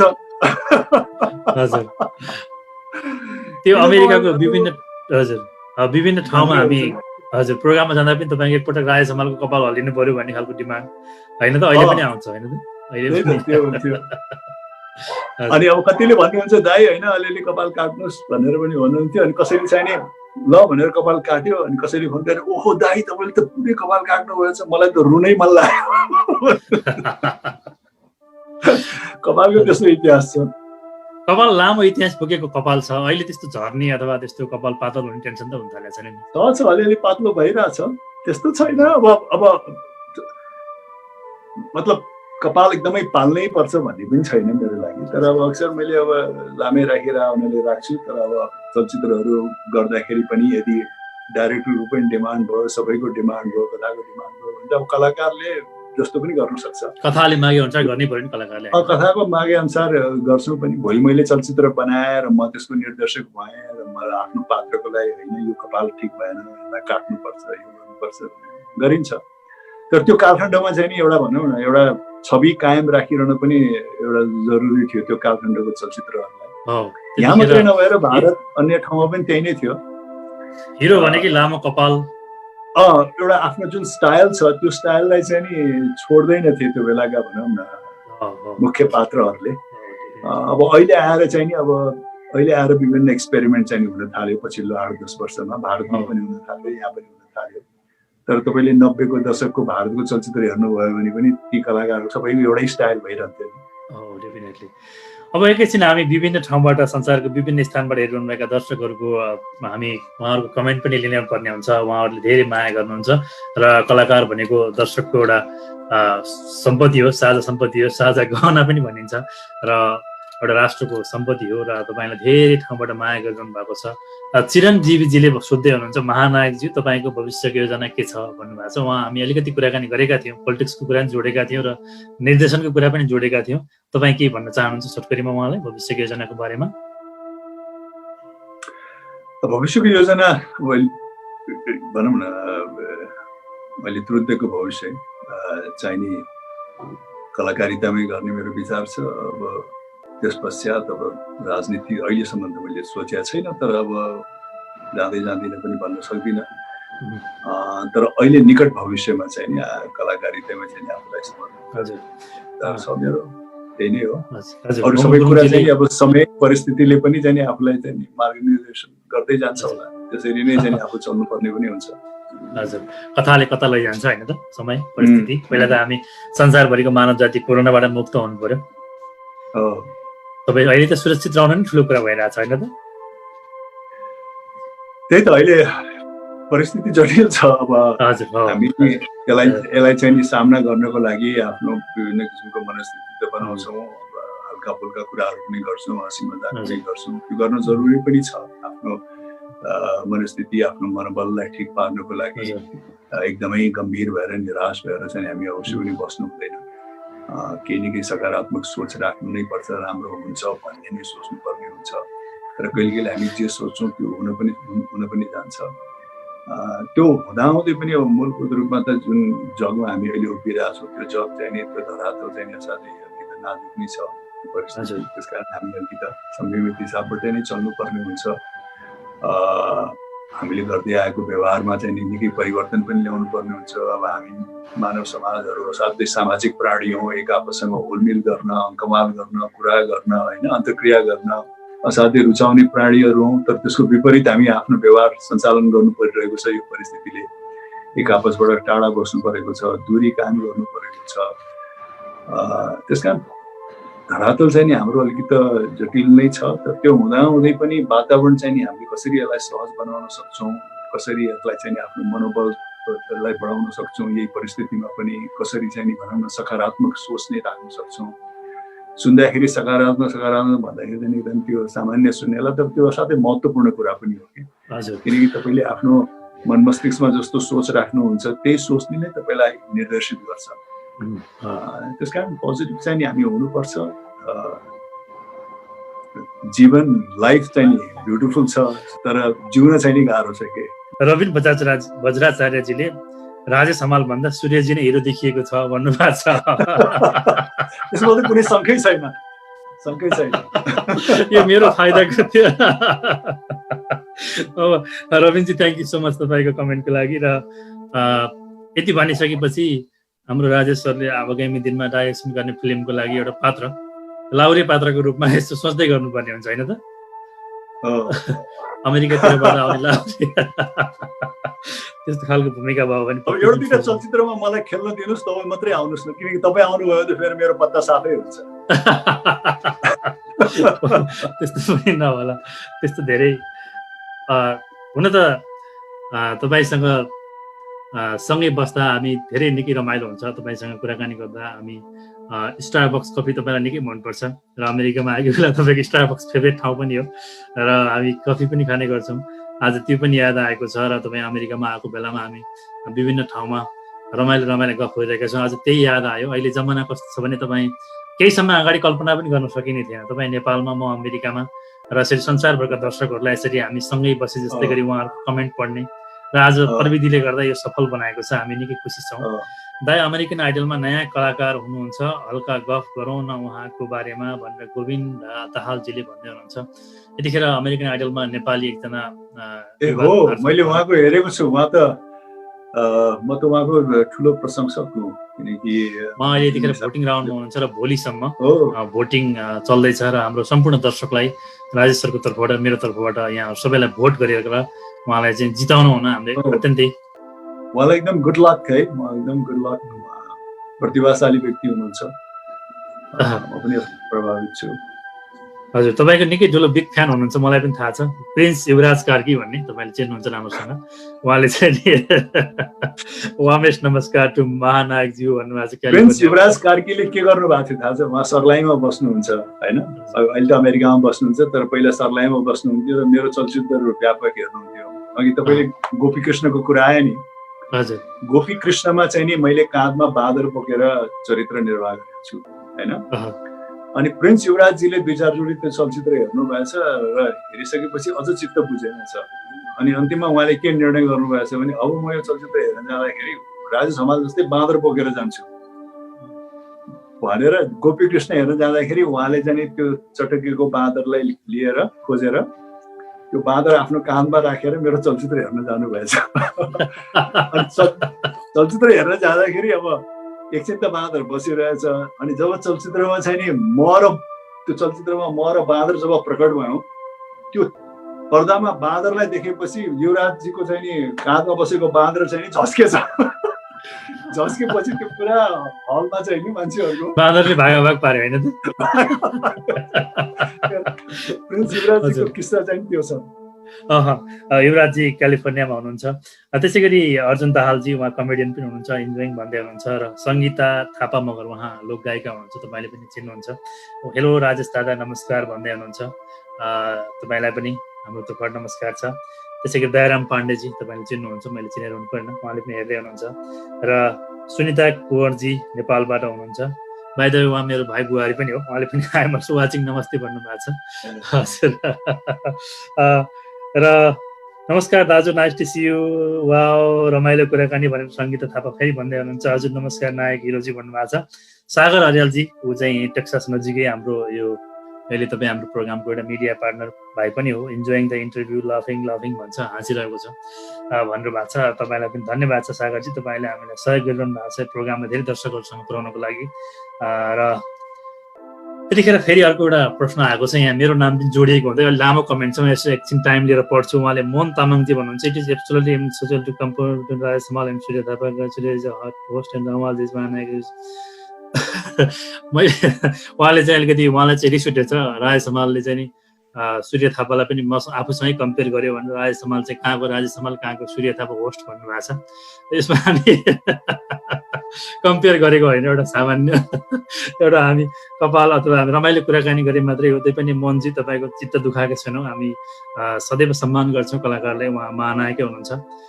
महानायक नमस्कार, एकपटक त्यो कमिसनवाला जोक सुनाइदिनु पर्यो, हामीलाई दिशानिर्देश कार्यक्रममा हजुरले भन्नुभएको थियो नि भनेर हाम्रो सुगम काकाजीले भन्दै हुनुहुन्छ।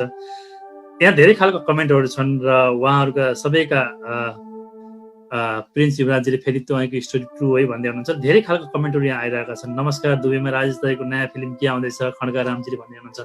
र एउटा सम्पूर्ण दर्शकहरूलाई जति पनि कमेन्ट गर्नुभएको छ, उहाँहरू सबैलाई, जति पनि हाम्रो इन्टरभ्यूलाई सेयर गरिरहनु भएको छ, उहाँहरू सबैलाई के विश्वस्त दिलाउन चाहन्छु भने मैले के महानायकजीसँग अनुरोध गर्न चाहन्छु, कृपया यो सबैजनाको कमेन्ट यहाँले एकपटक पढिदिनु होला। हाम्रो अन्तर्वार्ता सकिसके पछाडि, अहिले लकडाउनमा हुनुहुन्छ, तपाईँसँग पनि फुर्सद छ, यो सबैजनाको एकपटक कमेन्ट चाहिँ नि पढिदिनु होला, किनकि तपाईँसँग उहाँहरूले चाहिँ नि नीलकण्ठ सुवेदीजीले मेरो कमेन्ट पढ्नु भएन नि हजुर भन्नुभएको छ। मैले चाहेर नपढेको होइन, कस्तो छ भने धेरै कमेन्टहरू आइरहेको छ, कमेन्टहरू घुमिरहेको छ। त्यसै गरी गोविन्द दाहालजी, सूर्य थापाजी, you are awesome but need to workout भन्नुभएको छ। गोविन्द दाहालजीले मलाई अलिकति वर्कआउट गर्नुभएको छ। म अहिले जस फिल्ममा आउनुको लागि अलिकति वर्कआउट गर्नुपर्ने सुझाव दिनुभएको छ। Thank you. तपाईँलाई मैले पहिलोचोटि अमेरिकामा भेट्दाखेरि तपाईँ अलिक स्लिम नै हुनुहुन्थ्यो होइन? हजुर हो, भन्दा अलिकति मोटाउनु भएको छ अहिले। हो, पहिला हामी त्यतिखेर 7-8 वर्ष अगाडिको कुरा हो, त्यतिखेर अलि स्लिमै थिएँ र अहिले चाहिँ नि अलिकति यो कथाले फेरि स्लिम हुने मागिरहेको छ। हजुर या सर, तपाईँहरू दुवैजनालाई टाढा टाढाबाट नमस्कार भन्नुभएको छ हेमन्त अधिकारीजी। र राजेश दाई हजुर नेपालीको दुःखमा साथ दिने महान व्यक्तित्व नीलकण्ठ सुवेदी फेरि हुनुहुन्छ। र सुरेश रामपुरीजीले सूर्य सरको यो प्रोग्राममा राजेश दाईको प्रेजेन्ट गरिमा मय छ भन्नुभएको छ। Thank you. र त्यसैले त मैले हाम्रो महानायकज्यूलाई कतिसम्म माया गर्नुहुन्छ भने महानायकज्यूको मेरो सम्बन्ध एकैछिन फेरि अब मौका पाएको बेलामा गरिहालौँ। 2 वर्ष अगाडि मैले अमेरिकाको टेक्सासमा यु स्टार्ट अगेन टेलिभिजन कार्यक्रम सुरु गर्दा त्यो कार्यक्रम वास्तवमा यस्तै फर्मेटको थियो, तर अमेरिकामा रहेका नेपालीहरूको बारेमा हो। उहाँहरूको बारेमा त्यो कार्यक्रम सुरु गर्दा तपाईँ आएर प्रमुख अतिथिको रूपमा मेरो त्यो कार्यक्रमलाई सुरु गरिदिनु भएको थियो। सदैव धन्य छु र तपाईँसँग विभिन्न खालको हाम्रो मेमोरी छन् र त्यो पनि मेरो लागि ठुलो मेमोरी हो। फेरि पनि धन्यवाद भन्न चाहन्छु। युएसएलाई यु स्टार्ट अगेन भनेर गर्नु भएको थियो। हजुर हो, थ्याङ्क यू। त्यसको लागि फेरि पनि धन्यवाद छ। र यहाँ धेरै दर्शकहरूका कमेन्ट छन् र उहाँहरूलाई मैले सूर्यजी र महानायकजीको हल्का हँसाइ मिल्यो भनेर सुगम काकाजीले फेरि लेख्दै हुनुहुन्छ। र धेरै गोपाल काफ्लेजीले welcome Canada, I am happy you went to my back home country Bhutan भन्नुभएको छ गोपाल काफ्लेजी। र यहाँ तपाईँलाई वाचिङ फ्रम न्युयोर्क भन्दै हुनुहुन्छ हाम्रो कमल छेत्रीजीले। र विभिन्न दर्शकहरूले कमेन्ट गरिरहनु भएको छ र उहाँहरू सबैलाई फेरि पनि विश्वास दिलाउन चाहन्छु। हाम्रो महानायकजीले फेरि किरण बरालजीले मेरो कमेन्ट हेर्नु भएन सर भनेर फेरि यहाँ लामो कमेन्ट गर्नुभएको छ। उहाँहरू सबैको कमेन्ट एकपटक तपाईँले पढिदिनु होला। र हामी अब कार्यक्रमको अन्त्यतिर छौँ। तपाईँसँग त म जति गफ गरे पनि न त म रमाइलो हुन मलाई छोड्ने थियो, न हाम्रो दर्शकहरूको लागि छोड्ने थियो, तर हामी एउटा संसारको विभिन्न देशको टाइमिङमा छौँ, करिब 1 घन्टाभन्दा बढी गफ गरेका छौँ। यो सौभाग्य चाहन्छु। र अब हामी कार्यक्रममा कुराकानी गरिरहँदा जति पनि दर्शकहरूले लाइक मतलब सेयर गर्नुभएको छ र कमेन्ट गर्नुभएको छ, यहाँ सबैको सेयर र कमेन्टलाई हाम्रो महानायकजीले हेर्नु भएको छ। र कुराकानी गर्दा गर्दै हाम्रो गैँडाजी, मेरो अनन्य मित्र पनि हुनुहुन्छ, चर्चित कलाकार निर्मल शर्माजीले पनि हेर्दै हुनुहुन्छ। उहाँलाई पनि हामी सम्झन चाहन्छौँ। हजुर, उहाँ नेपालमै हुनुहुन्छ र धेरै दर्शकहरू थपिरहनु भएको छ। तर अब हामी फेरि एकछिन रमाइलो कुराकानी गरौँ। तपाईँ त विभिन्न खालका ठाउँमा जानुहुन्छ र धेरै खालको फ्यानहरू भेट्नुहुन्छ। एउटा त्यस्तो कुनै मेमोरी सुनाउनु न तपाईँको यी करोडौँ फ्यान मध्ये, जसले चाहिँ तपाईँलाई एउटा रमाइलो घटना, तपाईँको एउटा हुन्छ नि अघि प्रिन्स युवराजजीले बाँदर बोकेर आयो भने जस्तै, त्यस्तो कुनै एउटा रमाइलो घटना जसको चाहिँ तपाईँ अहिले पनि सदैव त्यो दिमागमा घुमिरहन्छ त्यो घटना, कस्तो कुन चाहिँ घटना सुनाउन चाहन्छ यतिखेर?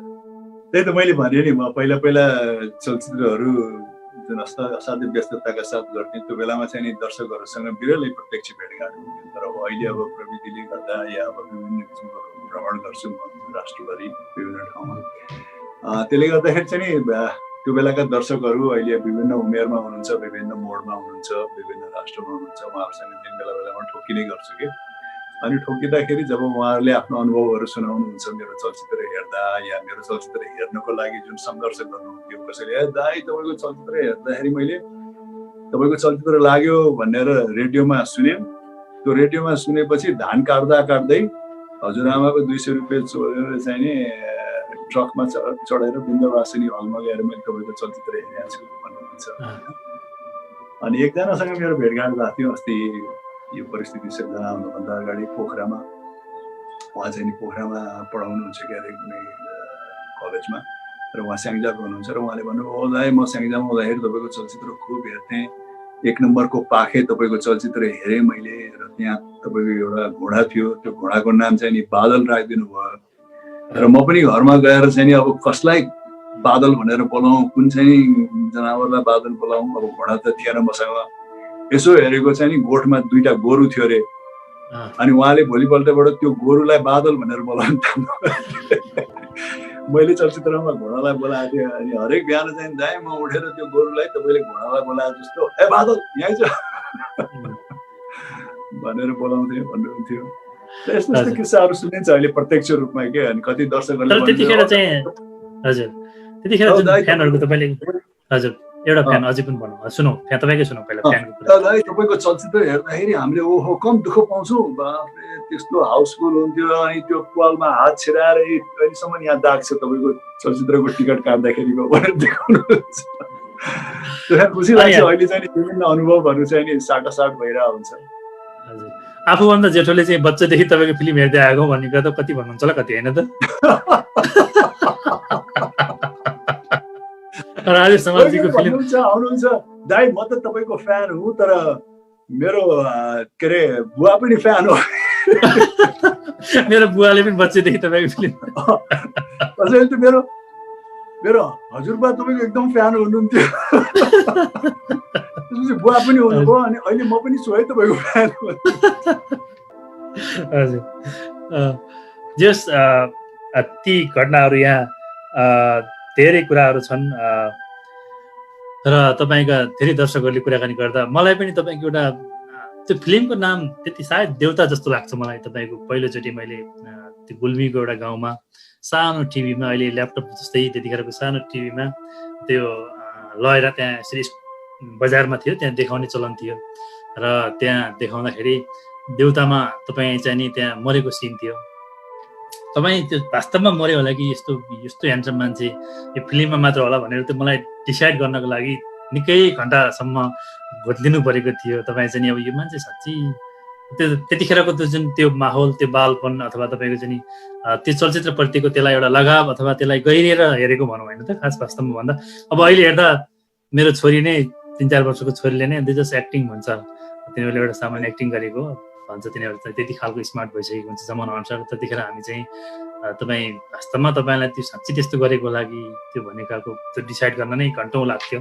तर अहिले प्रविधिले गर्दा पनि जमाना फेरिएको छ र टेक्नोलोजीले पनि धेरै कुराहरू बच्चाहरू पनि निकै स्मार्ट भइसकेका छन्।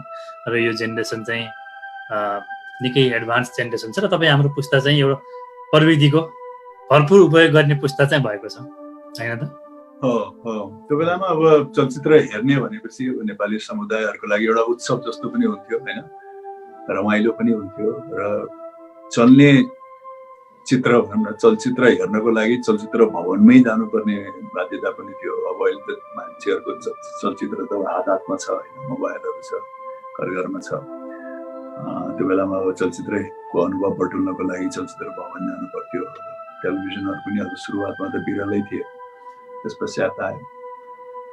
त्यो सबैले गर्दाखेरि पनि चलचित्रप्रतिको आकर्षण एउटा बेग्लै पनि थियो। र त्यो कालखण्डको पुस्ताहरूले चलचित्र हेर्दाखेरि जुन किसिमको चाहिँ नि अनुभवहरू बटुल्नु भएको थियो तपाईँले अहिले भने जस्तो त्यो चाहिँ नि एउटा असाध्यै रोचक पनि सुनिन्छ अहिले। र एकदमै चलचित्र हेर्दाखेरि पनि एकदमै आत्माका साथ हेर्नुहुन्थ्यो। अनि त्यो जुन पात्रहरू त्यहाँ चलचित्रमा देखिन्थे त्यो पात्रहरूलाई पनि असाध्यै नजिकबाट आत्मसात गर्नुहुन्थ्यो। र मैले चलचित्र गर्दाखेरि पनि त्यही पनि मेरो मस्तिष्कमा त्यही नै रह्यो कि जुन आम दर्शकहरूले जुन चलचित्र हेर्नुहुन्छ मेरो पात्रलाई हेर्नुहुन्छ, कहीँ न कहीँ मेरो चलचित्रले मेरो पात्रले चाहिँ नि उहाँहरूकै भावना, उहाँहरूकै जनजीवन, उहाँहरूकै स्वादलाई चाहिँ समेटियोस्, उहाँहरूकै केही न केही प्रतिबिम्ब चाहिँ नि होस् भन्ने चाहिँ नि मेरो त्यो बेलामा पनि इच्छा हुन्थ्यो। हुन त हामी चलचित्रहरू अब एउटा मनोरञ्जनलाई बनाउँथ्यौँ, त्यसमा अतिरञ्जितका कुराहरू पनि हुन्थे, त्यसमा विभिन्न किसिमका सामग्रीहरू पनि हुन्थ्यो, अन्य कुराहरू। तर त्यो हुँदाहुँदै पनि मूलभूत रूपमा चाहिँ नि कहीँ न कहीँ मेरो पात्रबाट चाहिँ नि हाम्रो हेर्ने दर्शकहरूले आफ्नै झलक देखाउनु, आफ्नै परिस्थिति चाहिँ नि मेरो पात्रबाट चाहिँ नि झल्कियोस् भन्ने चाहिँ नि हुन्थ्यो। त्यसले गर्दा पनि दर्शकहरूले चाहिँ नि मलाई अहिले म विभिन्न ठाउँमा जाँदाखेरि धेरै दर्शकहरूले एकदमै यो कलाकार हो यो हो भन्दा पनि एउटा एकदमै आत्मीयताका साथ लिनुहुन्छ, एउटा आफ्नै मान्छेको हिसाबले लिनुहुन्छ। त्यसले गर्दा त्यतिखेर रमाइलो घटना एउटा खालको कुरा के थियो भने जस्तै धेरै कमेन्टहरू छन् यहाँ। नवीन मरासिनीजी भन्ने हुनुहुन्छ, उहाँ मेरो आदरणीय दाइ पनि हुनुहुन्छ। रियल लाइफ र रियल लाइफको साँच्ची हिरो भन्नुभएको छ, उहाँको पुस्ताको हाम्रो पुस्ताको भन्नुभएको छ। Naveenji thank you. हामी कार्यक्रमको अन्त्यमा सम्पूर्ण दर्शकहरूको धेरै डिमान्ड के भइदिएको भने मेरो एउटा अन्तिम प्रश्न छ, तर त्योभन्दा अगाडि एउटा जोक्स अथवा डायलग चाहिँ तपाईँको नभई नहुने कुरा भयो। तपाईँ के कम्फर्ट फिल गर्नुहुन्छ अहिले? तपाईँ फ्री नै, अलिकति मतलब हातमा केही छैन, तपाईँ एक्सन पनि देखाउन सक्नुहुन्छ अथवा एउटा डायलग अथवा एउटा जोक्स नबनिकन यहाँ चाहिँ तपाईँलाई जान दिने खालको अवस्था रहेन। दर्शकहरूको ठुलो डिमान्ड छ, यसलाई पुरा गर्नलाई मैले तपाईँलाई रिक्वेस्ट गर्नुपर्ने भयो एउटा कुनै तपाईँलाई जे कम्फर्ट हुन्छ। हजुर, मैले एउटा चलचित्र गरेको थिएँ कि पृथ्वी, त्यसको एकदमै छोटो डायलग छ होइन, तर प्रभावकारी पनि भयो। त्यही नै भन्दैछु, धेरै समय किन खर्चिने होइन। साथीहरूको लागि यो हात सलाम, दुश्मनको लागि यो हात फलाम। यो भनेर धेरैले चाहिँ साथीहरूलाई भन्दा धेरैले मुक्का पनि धेरैले हानि गर्छन् दर्शकहरूलाई। साथीहरूको लागि त सलाम हुने एकदम साथीलाई चाहिँ हान्नु भएन। हजुर, र तपाईँका जति पनि डायलगहरू छन् सुनौ लाग्छ र तपाईँका डायलगहरू चाहिँ त्यतिखेर जीवन्त, त्यतिखेरको डायलगहरू अहिले पनि धेरै दर्शकहरूले सम्झिरहनु भएको छ। पक्कै पनि त्यो जीवन्त भएर नै हो। र तपाईँको फेरि जुन प्रस्तुति थियो त्यो प्रस्तुति चाहिँ तपाईँको वास्तविक व्यवहारमा भोगे जस्तै गरी तपाईँले दिनुहुन्थ्यो। त्यस कारण तपाईँ महानायक हुनुहुन्छ। र अब हामी कार्यक्रमको अन्त्यतिर छौँ र एकैछिन एउटा अब सिरियस कुराकानी गरेर रमाइलो पनि भयो, निकै रमाइलो भयो। तपाईँलाई कस्तो लागेको छ? तपाईँ नेपालमा अमेरिकामा यसरी कुराकानी गर्न पाउँदा कस्तो फिल भएको छ आज यहाँलाई? अत्यन्त नै खुसी लागिरहेको छ, विशेष गरिकन अहिलेको परिस्थितिमा होइन। हामी एक आपसबाट चाहिँ एकदम दूरी कायम गरिरहेका छौँ, एक आपससँग त्यति भेटघाट भइरहेको छैन। तर धन्य हो अहिले हाम्रो यो टेक्नोलोजी छ, यसको लागि चाहिँ हामी अहिले धन्य छौँ। किनकि तपाईँ सोच्नुहोस् यो परिस्थितिमा यदि यो किसिमको टेक्नोलोजीहरू केही पनि नभइदिएको भए झन् कति कष्टकार हुन्थ्यो होला हाम्रो दैनिकी हाम्रो जीवन होइन। कमसेकम यसको मार्फत हामी एक आपससँग सम्पर्क गर्न सकिरहेका छौँ, टाढा टाढाको व्यक्तिहरूसँग पनि केही हिसाबले नजिकिएर कुराहरू गर्न पाइरहेका छौँ, सम्पर्क भइरहेको छ। त्यो चाहिँ हाम्रो लागि एउटा सकारात्मक कुरा पनि हो अहिलेको परिस्थितिमा। र तपाईँलाई धेरै धेरै धन्यवाद छ, अमेरिकाबाट तपाईँले यसरी सम्पर्क गर्नुभयो र यतिका दर्शकहरूसँग जोडिदिनु भयो मलाई। र उहाँहरूको प्रतिक्रियाहरू चाहिँ सुन्ने मैले मौका पाएँ र हरेकको प्रतिक्रिया म पछि हेर्ने नै छु। र उहाँहरू सबैलाई धेरै धेरै धन्यवाद छ। अब यतिका लामो चलचित्र यात्रा जुन मैले तय गरेँ, उहाँहरूको चाहना उहाँहरूको इच्छा बिना त अवश्य पनि यो पुरा हुँदैन थियो, यो यात्रा यहाँसम्म आइपुग्दैन थियो। त्यही कारण सबैलाई यो यात्राको लागि धेरै धेरै धन्यवाद छ। मेरो कलाकारिताको यो लामो समयसम्म यहाँहरूले चाहिँ जुन हिसाबले मलाई ऊर्जा दिनुभयो, हौसला दिनुभयो, त्यसको लागि धेरै धेरै धन्यवाद छ यहाँहरू सबैलाई। र यही अब अहिलेको परिस्थितिमा चाहिँ नि यहाँहरूसँग त्यही अनुरोध गर्छु। अब जीवनमा विभिन्न किसिमको उतार चढाव आइरहन्छ होइन। जीवन चुनौती बिनाको जीवन त छँदै छैन।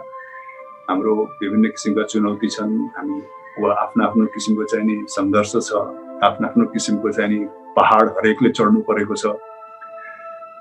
त्यसले गर्दाखेरि जीवनमा सङ्घर्षहरू आइरहन्छन्, चुनौती आइरहन्छन्। तर सबभन्दा महत्त्वपूर्ण कुरा के छ भने जीवनलाई अगाडि चाहिँ बढाइरहनुपर्छ। हामी जस्तोसुकै परिस्थिति भए पनि त्यसलाई चाहिँ पार गर्छौँ, त्यसलाई झेल्छौँ भन्ने एउटा मनोबल चाहिँ राखिरहनुपर्छ।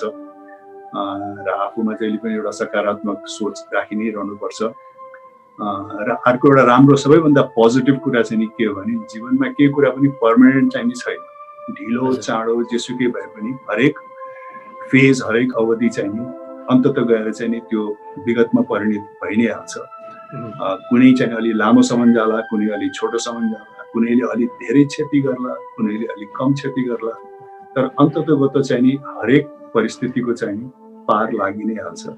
मलाई पूर्ण विश्वास छ यो परिस्थिति पनि हामीले झेल्नेछौँ। यो ऐतिहासिक परिस्थिति हो, यसको हामीले पार गर्नेछौँ।